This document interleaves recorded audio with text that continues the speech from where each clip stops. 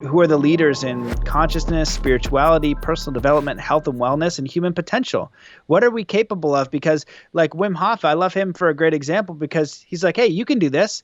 So he did all these things that were supposed to be impossible and amazing. He's like, now you can do this too. And now this whole entire community has a new set of beliefs of what they believe are capable of doing. And with martial arts, that's what it was for me, was it pushes you beyond what you think you're capable of. So then you are less afraid of other things. And you say, you know what, I could take that same skill, determination, and grit essentially and apply all those principles to something positive I want to create in this world. And the more of us that get closer to a vocation, that thing, that livelihood that inspires us, because, money is basically the modern form of slavery. If you're lucky to be in a Western country or a developed country, you have an opportunity to make money, have a little bit of freedom, and then build, a vocation or build something you're inspired to do, which what I've seen is almost always of service to other people. When you're just making money for money, you really don't care what the impact is or what you're doing. So if we can get all towards right livelihood or thinking about a vocation, it's always of service to other people. And that's a lot of what I try to help people with on the podcast. Say, who are you? What do you want to do? What would you do if you had $1 million deposited in your bank every single day for the rest of your life? What would you do if you only had 1 year to live? Well, what makes you think you're going to have more than 1 year to live? You know what I mean? And so asking these questions, if you were to just give yourself right now a dream, passion, purpose, mission, what would that be? And in helping a lot of people do this, I created a course called Soul Compass. And the idea is just like the heading. Going to Burning Man, which I don't know if they'll ever have again. I hope so. Is a lot of fun. But you kind of like get a sense of who people are really quick. And you say, you want to jump in? You look like you want to chime in. I haven't been there. You were feeling what I was going to say. I haven't been there yet. And I'm like, I hope they have it because I'd love to go. Yeah, it's tons of fun. I've also, because I go down all the rabbit holes. Some of them say it's like a dark thing by the CIA. Could be too, you know what I mean? But I say it could be like, even on the left, like with climate change, because people, they'll say climate change is this. And I'm like, yeah, I was like, climate change could be real and you could still hijack the movement to do bad things. You know what I mean? Like there could be simultaneous truths, you know what I mean? And so that's a side note. So for the Burning Man example, you just kind of figure out, how people are. And most people, like when I ask those questions, what would you do if you had $1 million a day forever? They have no idea. They never even thought about it.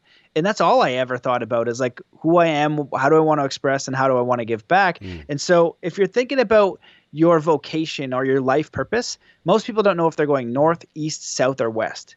And it's not about a final destination. It's about a current. And so if you're not creating your life on purpose, it's getting created for you by default by, other people's wishes for you, maybe your parents, maybe your cultures. Or that thought current we were talking about. You're getting caught up in someone else's current. The mainstream thought current. Yeah, it could be, right? Safety, security, right? Whatever the case is. And then you're in that stream like a stream of fish. Well, all you really need to do is start thinking for yourself, do some reflection. Then you're like, oh, you know what? I'm going to go north. And you don't know exactly. And so then you start paddling north. You get out of that current. It's a little bit wobbly. Then all of a sudden, after a while, you get into a new current and you start to getting all these new experiences that show up in your life. And then you're going like northeast and you refine it and refine it and refine it. So you're like really dialed in on the 360 degrees, but it's not a final destination. It's a way, right? And so you're going to I didn't know I was going to do the podcast. I didn't know I was going to write a book. I didn't know I was going to interview David Martin, you know what I mean? And like, for me, I was like, I want to be around amazing people who are providing solutions. And then, part of that is traveling the planet. And I went to Egypt. I got to do a lot of cool things. Now things are obviously shifting, but it's a direction and an intention, and the universe kind of brings it to me. But the way that I kind of share it with people so they understand is, from my experience, it's like the forest. If you go into the forest and you see a beaver pretending to be an eagle, it's going to be a terrible eagle, and he's not going to have a good experience. He's going to hate everything. He's like, why am I even doing this?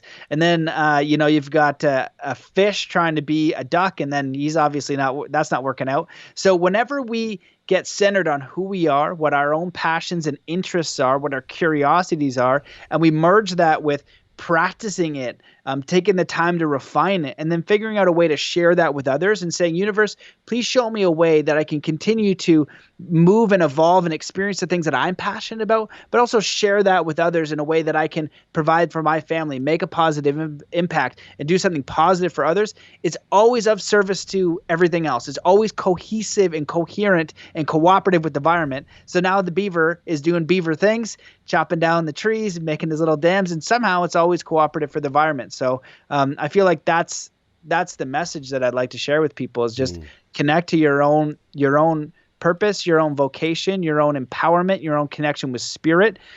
Live in the best way you can in kindness, compassion, and happiness and contentment.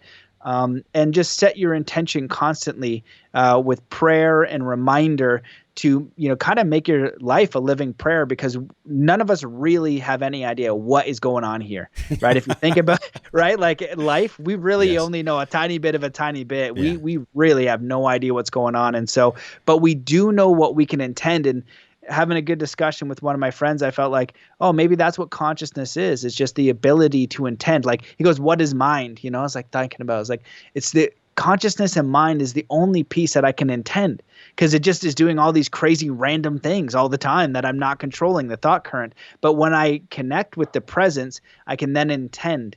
Then I can, try to be peaceful and present, but then I intend again. Or I am a slave to all of these external forces, and I make reasons why I need to make these choices.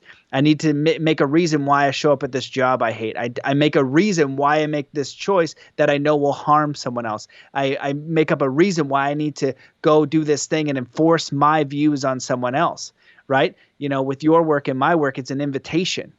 These are views that you can take or leave, and I hope that they will empower you to live a more fulfilled, whole, purposeful life, so you can spread that energy with others. I love the picture you're painting, because people have traded convenience for their freedom for so long. Like, I think we all feel it. Like, we've seen our potentially fathers, mothers, grandparents, like, trade the toaster for sovereignty, trade the car, the things, the objects, for like this potential carrot that's somehow going to bring us happiness. And I love this, man. This is like one of the most practical, real, grounded conversations we've had on the podcast about what it means to be a human.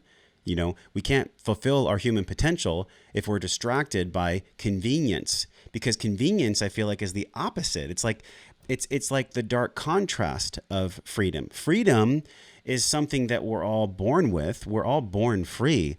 But I feel like it's our life path. And I love how you have this compass course, which we'll definitely link in this podcast. I love this compass analogy, because, like, man, we all get our ass kicked. Let's be real. Like, many people get beat to the ground, and it's on your knees when you might ask God for where's the compass.